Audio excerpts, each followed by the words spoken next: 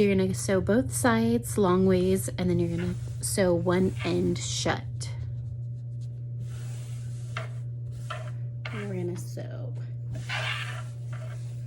No, it cut me off, but I got the spoon, well, the utensil, just a long stick would do, as long as it's durable. The first time I did this, I used a safety pin, and I was like, what am I doing? This is gonna take me forever.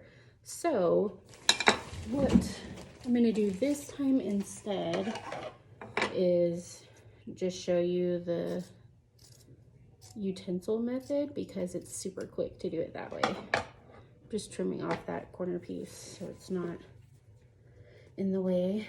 So you just take, so this is the sewn end, you just pull the two pieces apart and then push down so that you get like a little pocket.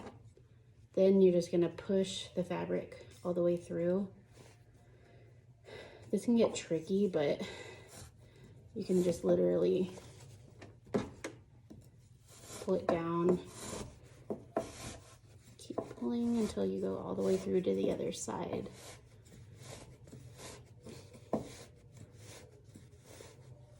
And that's why we leave this side open.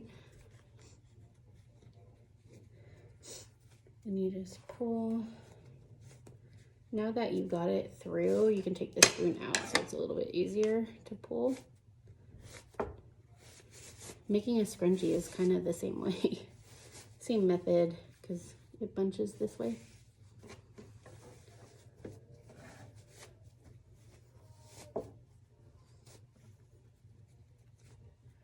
And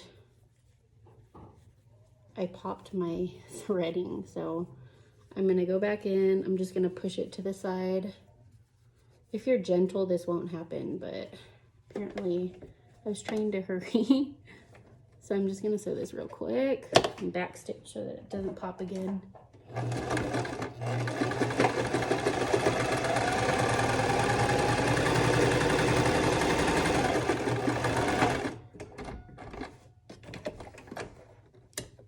Now let's do it again.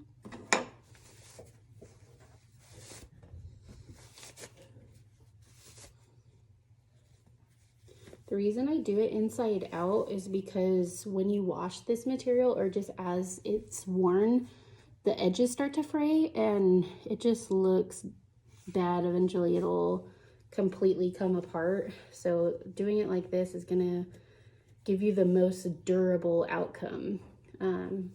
I know that a lot of skate leashes get super dirty, and depending on the fabric, you can't wash it and have it stay the same. So I'm just gonna tuck the inside, and then I'm gonna sew along the edge.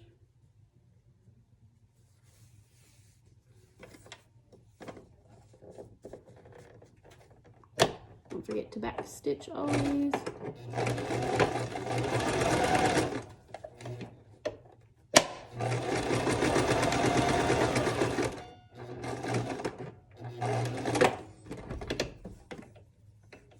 I got cut off.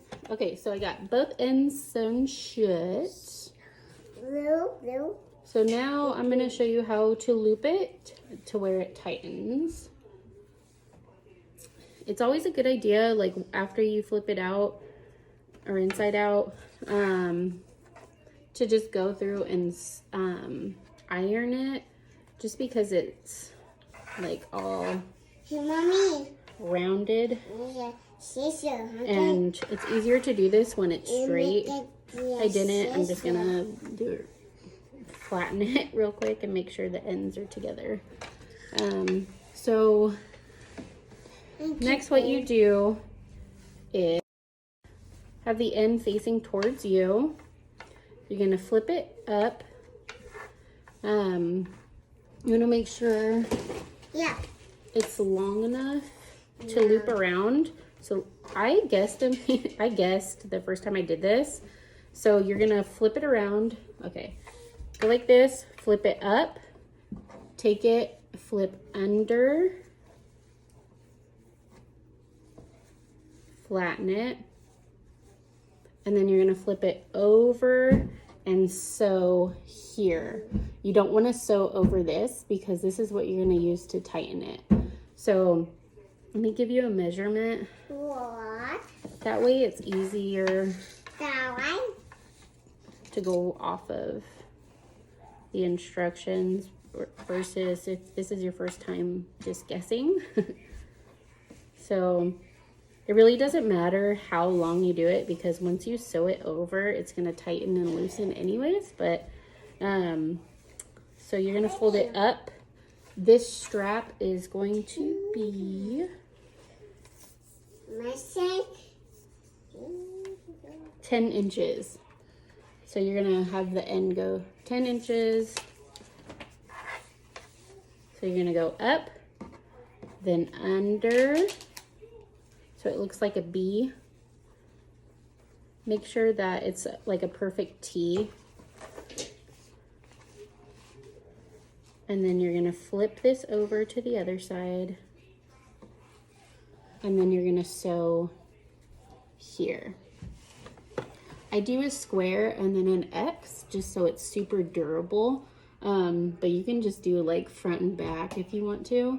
The traditional sewing, like on regular skate leashes, is like the square with an X in it. So that's just what I like to do, but it's all personal preference, I think. But if you want the most durability, this is definitely your best bet to do. Mom,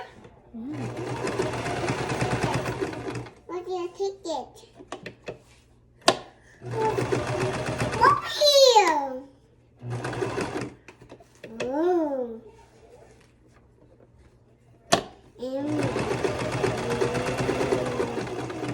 And again, just make sure you don't sew over that piece that's looped through this, because if you do that, you're not going to be able to tighten it around your wheels or trucks or whatever you normally loop your skate leash around. Okay, so the square is good. Now I'm going to do the X stitch.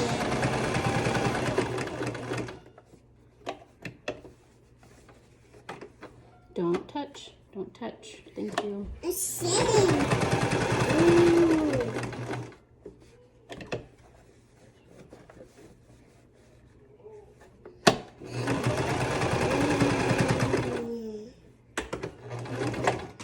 Always backstitch at the end.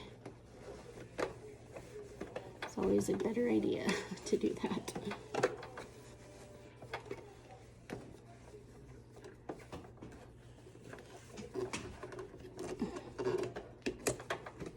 Okay.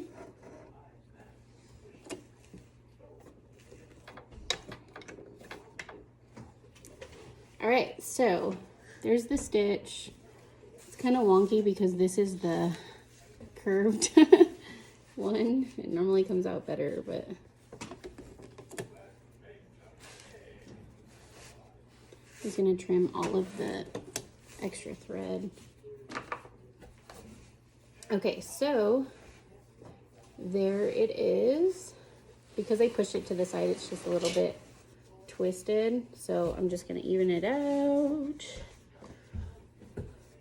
Okay, so there's your first one. So now it tightens, loosens, perfect.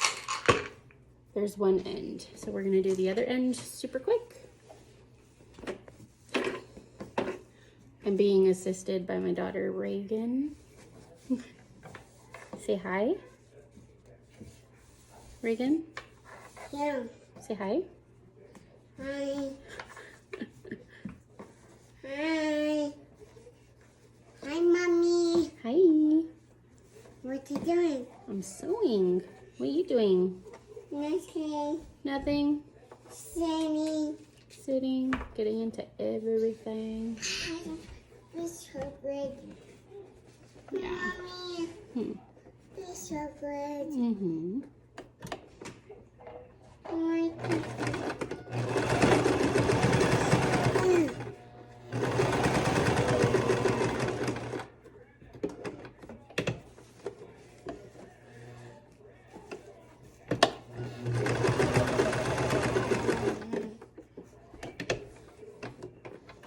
Mm-mm.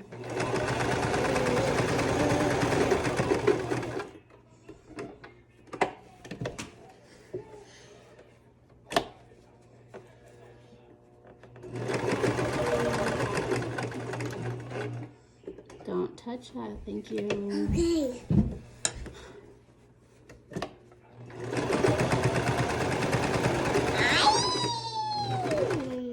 She's the ornery one. She Yeah. doesn't like to listen.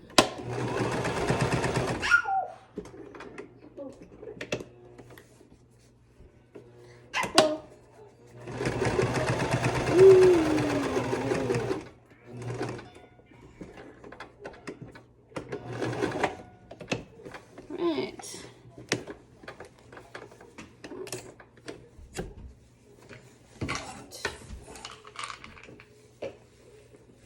Just gonna clean this up, cut that loose.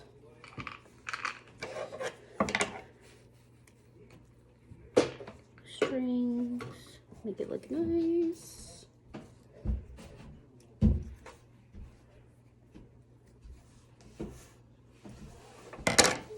Okay, and then there's the other side. Just straighten it out.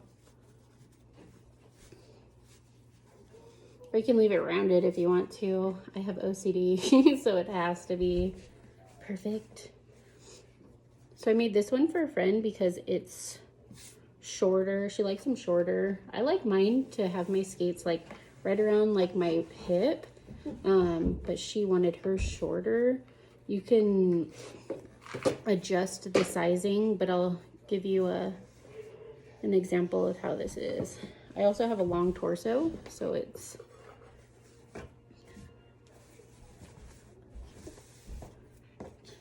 gonna look a little bit shorter on me. Okay, so I'll throw these on my skates real quick.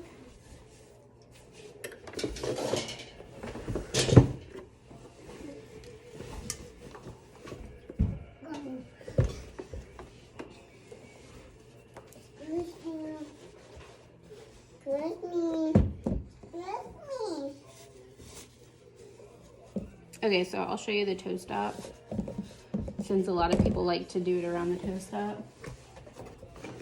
I tend to do it around the front trucks and wheels, just because I feel like it's more secure, but it's totally up to you.